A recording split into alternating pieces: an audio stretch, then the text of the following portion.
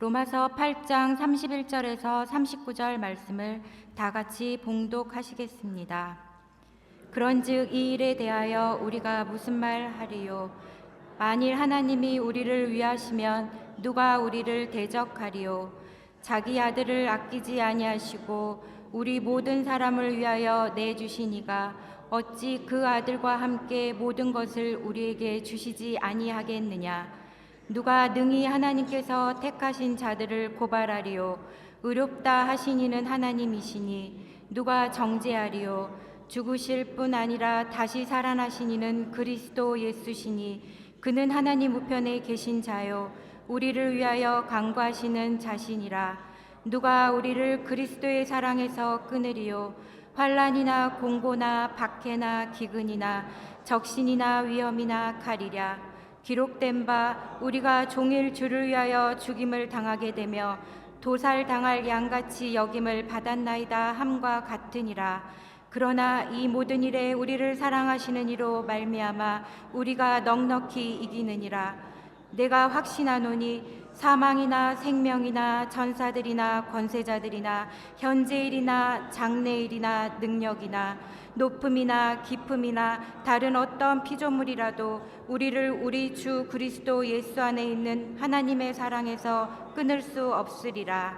아멘. 말씀의 제목을 다 함께 따라해 주시길 바랍니다. 서로 다른 사랑의 언어. 서로 다른 사랑의 언어. 게리 체프먼이라는 사람이 쓴 사랑의 5가지 언어라는 책에는 사람들이 서로 다른 사랑의 언어로 사랑을 말하고 있다라는 것을 이야기합니다. 우리는 언어가 서로 다르면 생활하기가 힘들다라는 사실을 너무나 잘 알고 있습니다. 근데 사랑하는 언어를 표현하는 방식이 다 사람마다 다르다라는 거지요. 이민 목회하면서 가장 어려웠던 부분이 저는 언어였었습니다.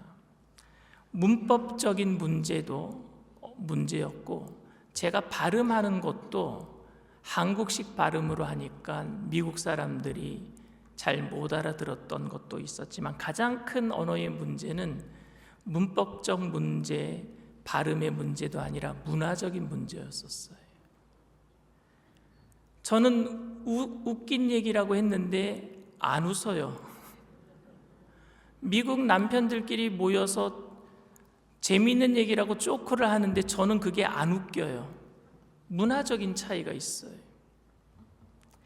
미국 남편들과 사는 한국 부인들은 미국 남편들과 100% 소통이 안 된대요.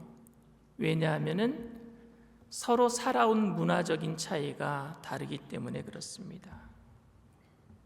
그러니까 여러분, 이 언어가 다르면은, 문화가 다르면은 표현하는 방식도 다르기 때문에 안 통할 수가 있어요. 그런데 같은 나라 사람들끼리도 안 통할 때가 많아요. 왜?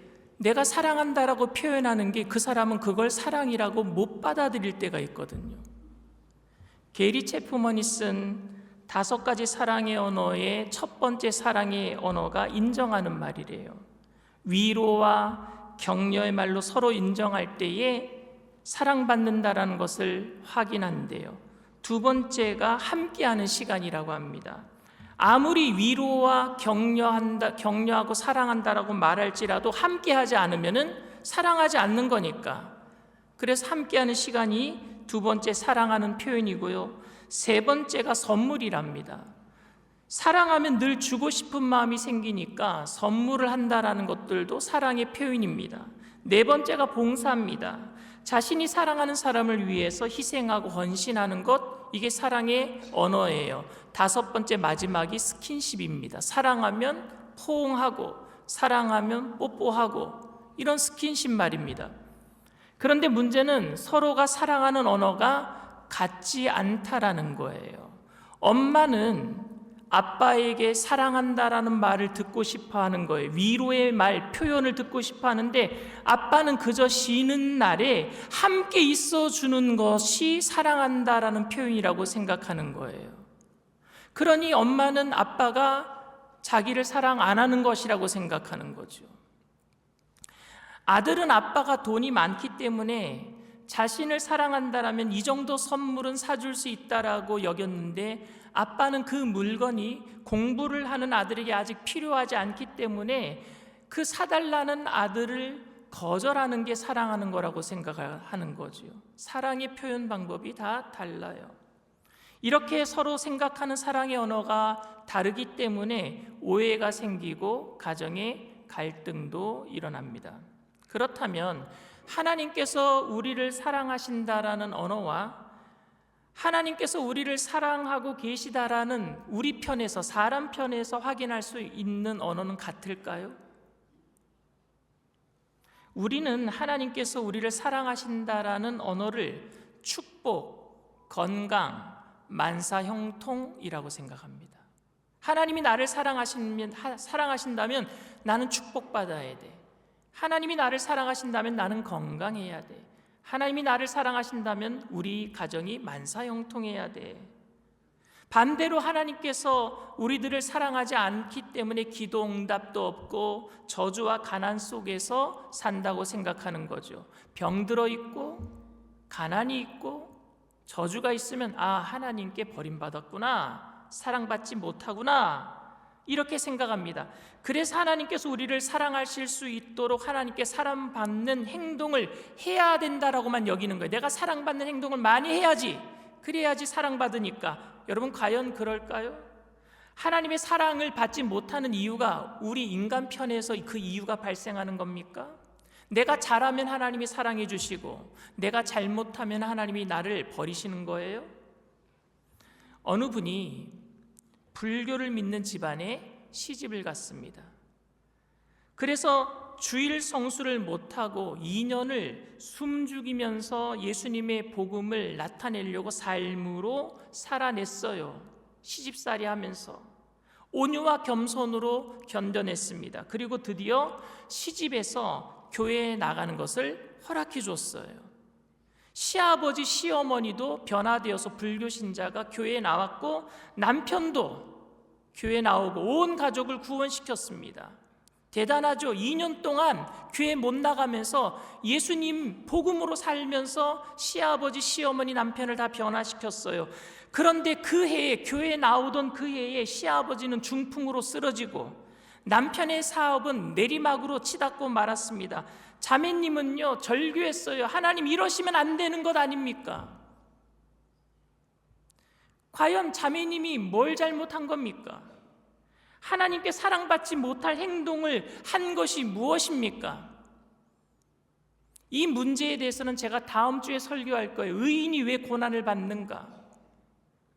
하나님께서 사랑하신다면 교회를 나가기 시작했을 때에 있던 병도 고침받고 안 되던 사업도 잘 돼야 하는 것 아닙니까, 여러분? 하나님께서 사랑하신다면 도대체 왜 이런 일들이 일어나야 하는 겁니까? 저는 목회를 하면서 이 질문에 대해서 대답하는 것이 가장 힘들었습니다. 이때 우리들은 하나님의 사랑을 받지 못한다라고 여깁니다. 즉, 형통하지 못한 삶을 살고 저주와 가난과 질병 가운데 살면 하나님의 사랑을 받지 못한다라는 것입니다. 또 하나님의 사랑을 받지 못한다라고 여기는 것은요, 우리의 죄 때문이라고 생각하는 거예요. 죄책감. 우리가 하나님께 범죄했을 때 우리의 신앙이 자라지 못하고 자꾸 제자리 걸음하고 있는 것을 느껴요. 우리가 지은 죄를 회개했는데 또 똑같은 죄를 지을 때에 하나님이 나를 사랑하지 않나 보다, 이 죄책감 때문에 하나님의 사랑을 받을 수 없다라고 내 자신 스스로가 나를 그렇게 생각하게 만드는 것이 죄책감이에요. 나 같은 죄인은 더 이상 하나님께 사랑받을 수 없을 거라고 생각합니다. 우리는 우리의 삶에 고난과 저주가 있을 때, 그리고 우리의 죄로 인해서 하나님의 사랑을 받지 못한다라고 결론을 내려버립니다. 근데 여러분, 과연 그럴까요? 오늘 본문에서 사도 바울은 우리가 신앙생활을 하면서 가지게 되는 문제에 대해서 4가지 질문을 던져요. 첫 번째 질문이 뭐냐? 하나님이 우리를 위하시면 누가 우리를 대적하리요? 두 번째 질문이 아들까지 내어주신 분이 우리에게 모든 것을 주시지 않겠느냐? 세 번째가 누가 주님이 택한 우리를 정죄하리요. 네 번째가 누가 우리를 그리스도의 사랑에서 끊을 수 있겠느냐. 제가 앞에서 두 가지 문제를 이야기를 했어요.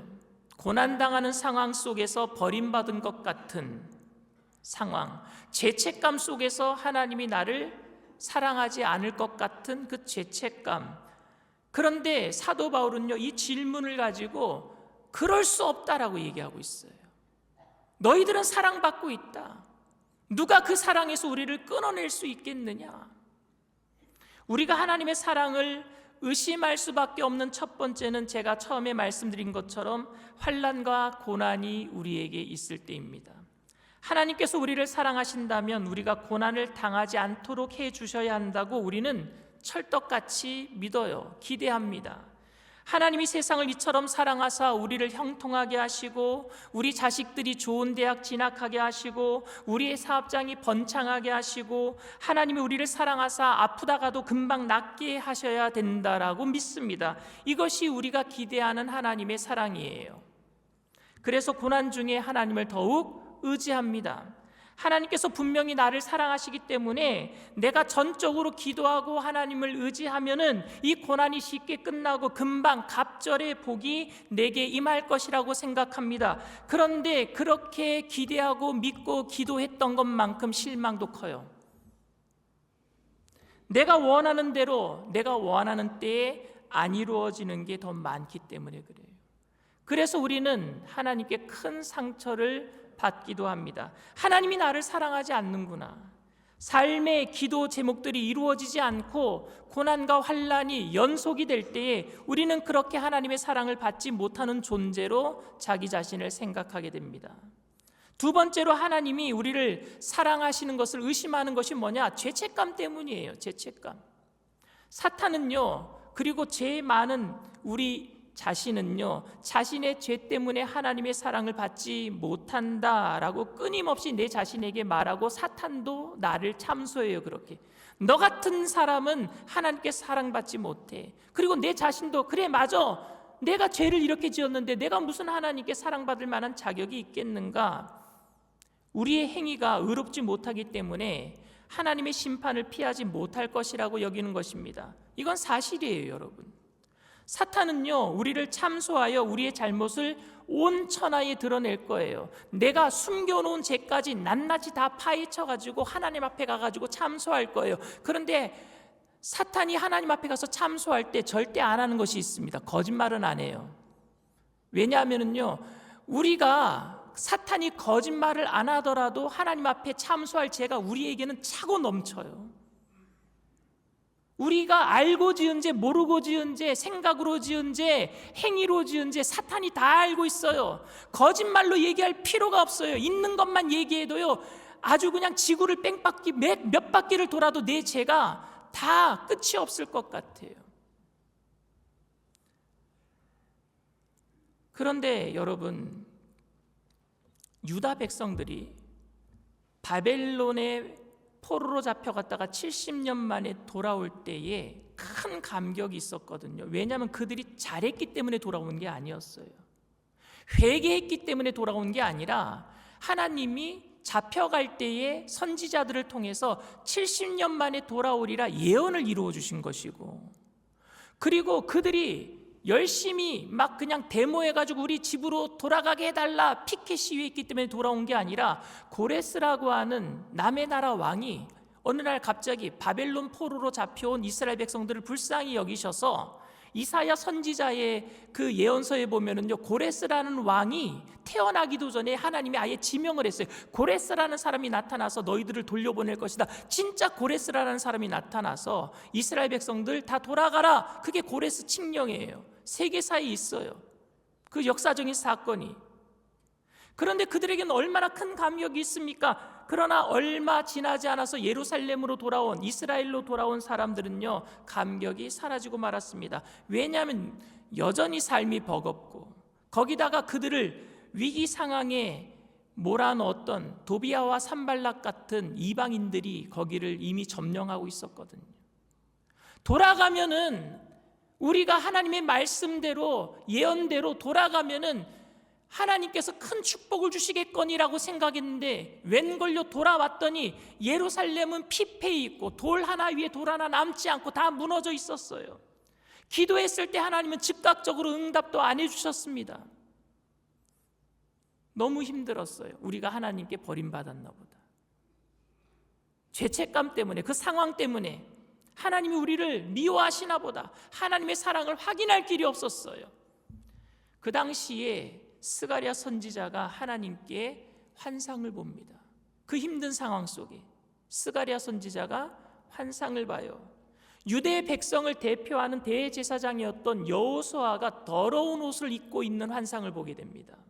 스가랴 3장 1절 말씀입니다.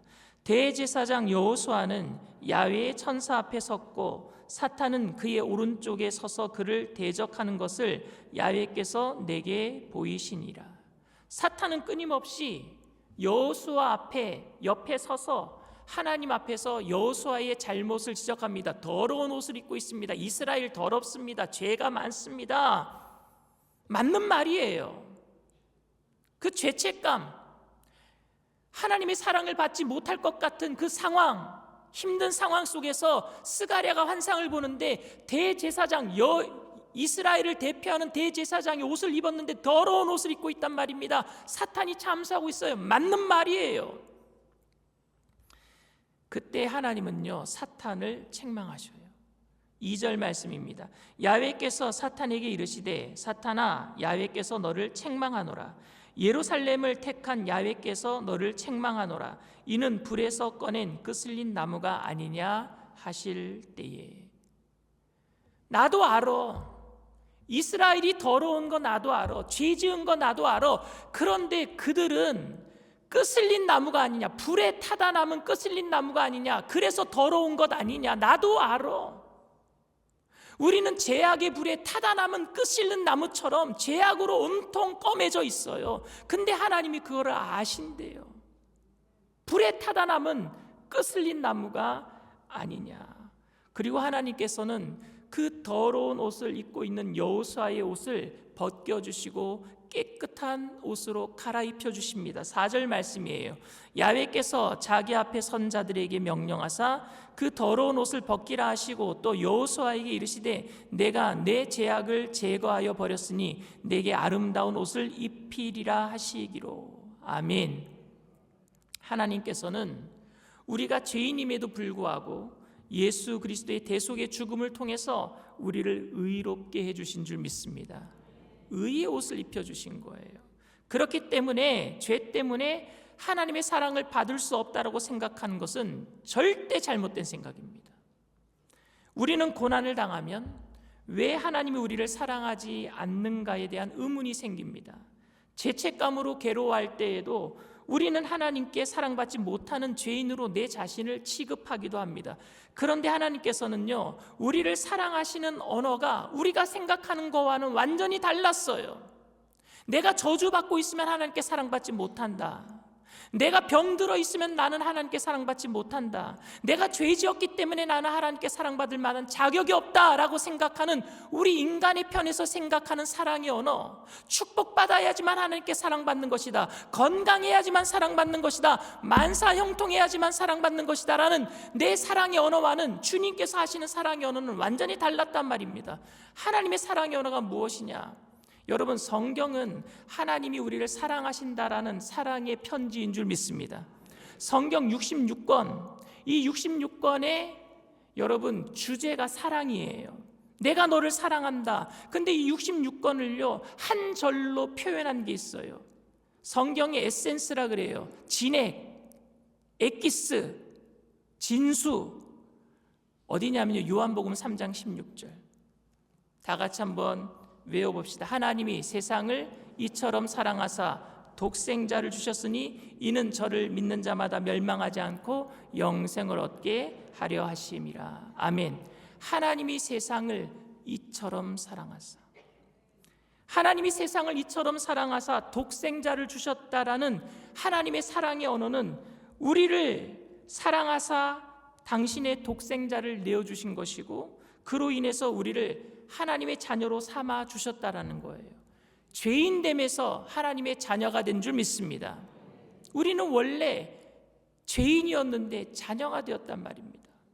하나님께서 성경의 모든 부분 동일하게 말씀하고 계시는 것이 뭔지 아십니까? 내가 너를 사랑해서 내 사랑하는 독생자 예수를 주었다예요.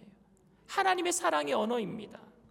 우리가 하나님의 사랑의 언어를 배운다면, 우리가 하나님의 사랑의 언어를 주의 깊게 듣는다면 하나님께서 우리를 얼마나 사랑하셨는지 깨닫게 될 것입니다. 하지만 우리가 하나님의 사랑의 언어를 깨닫지 못한다면 우리는 엄청난 사랑을 받고 있음에도 불구하고 하나님이 우리를 사랑하지 않는다라고 오해하고 살아갈 거예요. 마치 억만금의 수표를 들고 있으면서 잔돈이 없다고 원망 불평하는 사람처럼 말입니다. 바울은 오늘 본문에서 하나님의 사랑을 의심할 만한 모든 가능성들을요 다 열거하고 있어요. 아주 세밀하게 열거하고 있습니다. 오늘 본문 35절 말씀입니다. 누가 우리를 그리스도의 사랑에서 끊으리요? 환난이나 곤고나 박해나 기근이나 적신이나 위험이나 칼이랴. 38절 39절 말씀입니다. 내가 확신하노니 사망이나 생명이나 천사들이나 권세자들이나 현재일이나 장래일이나 능력이나 높음이나 깊음이나 다른 어떤 피조물이라도 우리를 우리 주 그리스도 예수 안에 있는 하나님의 사랑에서 끊을 수 없으리라. 아멘. 어떠한 상황도 어떠한 존재도 우리를 그리스도 예수의 사랑에서 끊을 수 없으리라. 사도 바울은 어떠한 시련도 당하지 않게 될 것이다 라고 말하는 것이 아니라 어떠한 시련 속에서도 하나님의 사랑을 너희들에게서 끊어낼 수 없으리라 그랬어요. 그것은 무엇 때문이냐? 예수 그리스도 때문이에요. 예수 그리스도가 우리를 위해서 십자가를 져주시고 우리의 죄값을 청산해 주셨기 때문입니다. 오늘 본문 32절 말씀입니다. 자기 아들을 아끼지 아니하시고 우리 모든 사람을 위하여 내주신 이가 어찌 그 아들과 함께 모든 것을 우리에게 주시지 아니하겠느냐. 34절 말씀입니다. 누가 정죄하리요? 죽으실 뿐 아니라 다시 살아나신 이는 그리스도 예수시니 그는 하나님 우편에 계신 자요 우리를 위하여 간구하시는 자신이라. 아멘. 어떤 상황 속에서도 가장 하나님의 강력한 사랑의 언어는 바로 예수 그리스도이시고 그분이 부활로 우리에게 영원한 생명을 주셔서 천국 들어가는 그것이 가장 큰 사랑의 언어인 줄 믿습니다. 사랑하는 성도 여러분, 우리는 우리가 생각하는 사랑의 언어 안에서 하나님을 평가하기도 합니다. 그래서 예수님의 십자가 부활의 사건이 지금 당장 내 삶을 보기 좋게 만들지 못하기 때문에 주님의 사랑을 느끼지 못할 수도 있습니다. 더욱이 우리가 그런 고난의 상황 가운데 처해 있을 때 우리는 지금 돈이 필요하고 건강이 필요하고 이 나라에 평화가 필요하고 사랑하는 사람이 내 옆을 지켜주는 것이 필요하기도 합니다. 그러다 보니 예수님의 십자가의 죽으심, 부활이 나와 무슨 상관이 있는가 주님의 사랑의 언어를 평가절하시키기도 합니다. 지금 우리가 하나님께 듣고 싶어하는 사랑의 언어는 재물의 풍성함일 수도 있어요. 이 나라의 안정일 수도 있어요. 가족의 건강일 수도 있습니다. 우리 자녀들의 형통함일 수도 있습니다. 그런데 하나님께서는요 끝까지 일관성 있게 우리에게 말씀하십니다. 내가 너희를 사랑해서 독생자 예수를 아낌없이 주었다. 이게 얼마나 하나님의 사랑의 큰 사랑의 언어인지, 이 하나님의 사랑의 언어를 깊이 깨닫고 전율하고 감동하며 날마다 새롭게 영원한 생명으로 천국 소망으로 살아내는, 그래서 이 땅에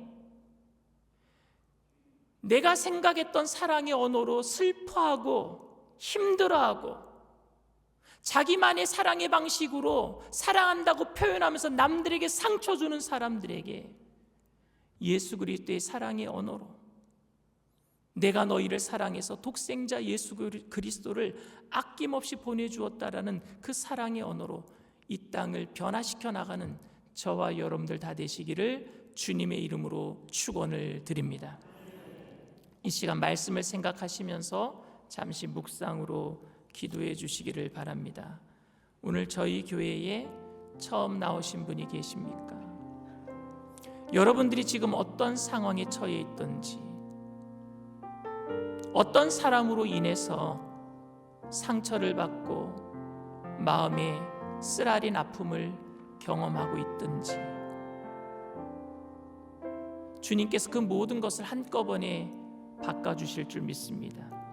그건 뭐냐? 우리가 주님의 사랑을 깨달을 때예요.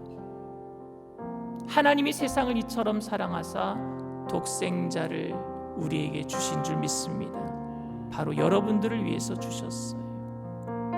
그 사랑을 내가 느껴야 되는 거예요. 내게 가장 필요한 분이 재물도 아니고 건강도 아니고, 내게 지금 가장 필요한 부분이 영원한 생명일 텐데,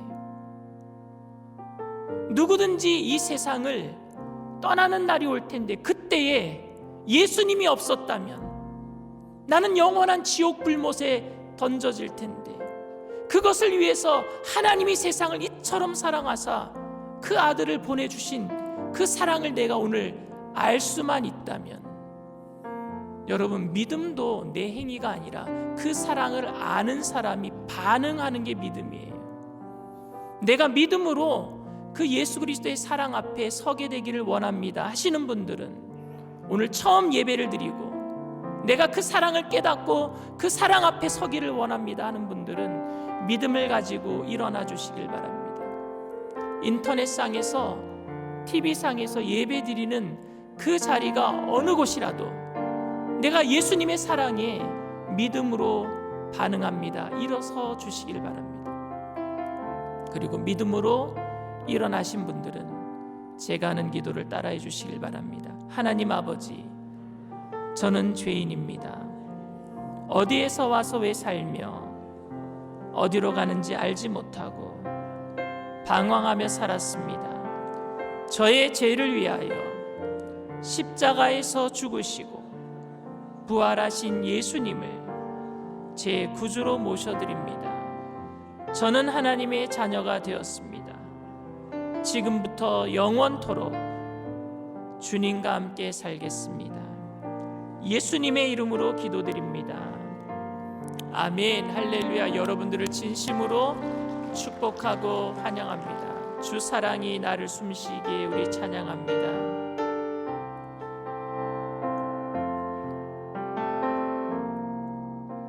주 사랑이 나를 숨쉬게 해. 세상 그 어떤 어려움 속에도 주 은혜로 나를 돌보시며 세상 끝날까지 지켜주시네. 주 사랑이 나를 이끄시네. 주 사랑이 나를 이끄시네. 내가 갈 수 없는 그곳으로 주의 사랑 나를 붙드시며 세상 끝날까지 인도하시네.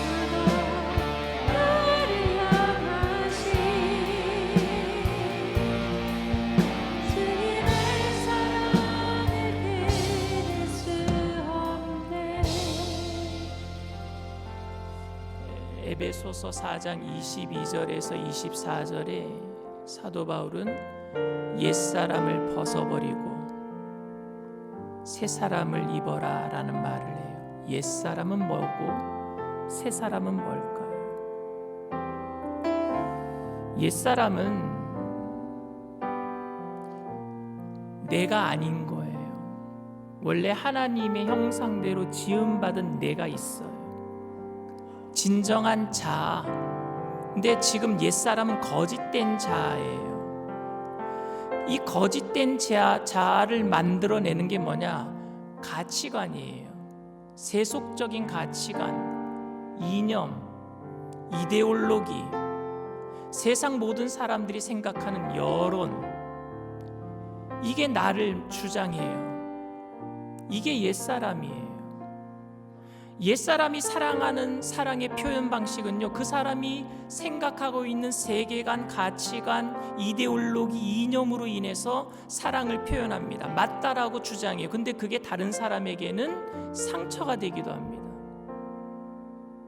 옛사람을 벗어버리란 얘기는 뭐냐면요, 이 거짓된 자아, 세속적인 가치관으로 나를 주장하고 있는 모든 것들을 벗어버리라는 거예요. 이렇게 했던 사람이 누구냐? 바울이었어요. 자기는 하나님을 사랑한다라는 표현이 예수 믿는 사람들을 다 잡아다 죽이는 거라고 생각했어요. 왜? 그들은 전부 다 변절자였으니까, 이단들이었으니까. 근데 그것 때문에 많은 사람들이 상처를 받아요. 근데 사도 바울이 다메섹으로 가는 도상에서 예수님을 만나요. 그리고 끝까지 자기를 사랑해 주시는 그 사랑을 깨닫게 되는 거예요. 하나님이 세상을 이처럼 사랑하사 독생자를 주셨으니, 나 같은 죄인도 사랑하시는 그 하나님의 사랑을 예수님을 통해서 알게 됐을 때 그 옛사람, 세속적인 가치관, 자기를 주장했던 그 모든 거짓된 것들이 다 배설물처럼 여겨지고 버려지고 그 위에 새 사람, 성령의 사람, 말씀의 사람이 세워진 줄 믿습니다. 이 땅이 서로가 옳다고 생각하는 사람들, 그래서 자기만의 사랑 방식으로 표현하는 것 때문에 서로에게 상처 주고 갈등이 되는 이 나라를 하나님이 어떻게 치유하실까? 그것은 새 사람을 입은 하나님의 사랑의 방식으로 사랑해내는 사람들로만 이 땅을 변화시킬 줄 믿습니다. 정답은 예수님밖에 없어요. 정답은 예수님밖에 없어요. 오늘 이 시간 내 거짓된 자아를 만들어내는 세속적인 가치관 성령의 불로 소멸시켜 주시옵시고, 새 사람을 입고 하나님의 사랑의 방식, 내가 너를 사랑해서 내 사랑하는 독생자 예수 그리스도를 너에게 보내줬다, 그것 때문에 감동하고 전율하게 되기를 원합니다. 그것 때문에, 그것만으로도 내 삶이 변화되는 놀라운 힘이 되기를 원합니다. 그 힘이 가정을 변화시키고 이 땅을 변화시키게 될 줄 믿습니다. 성령님, 그 사랑을 우리로 하여금 진심으로 깨닫게 하시고 거짓된 자아가 무너지고 새 사람을 입게 하여 주시옵소서. 그래서 이 땅이 변화되게 하여 주시옵소서. 우리 주님 세 번 부르고 통성으로 간절히 기도합니다.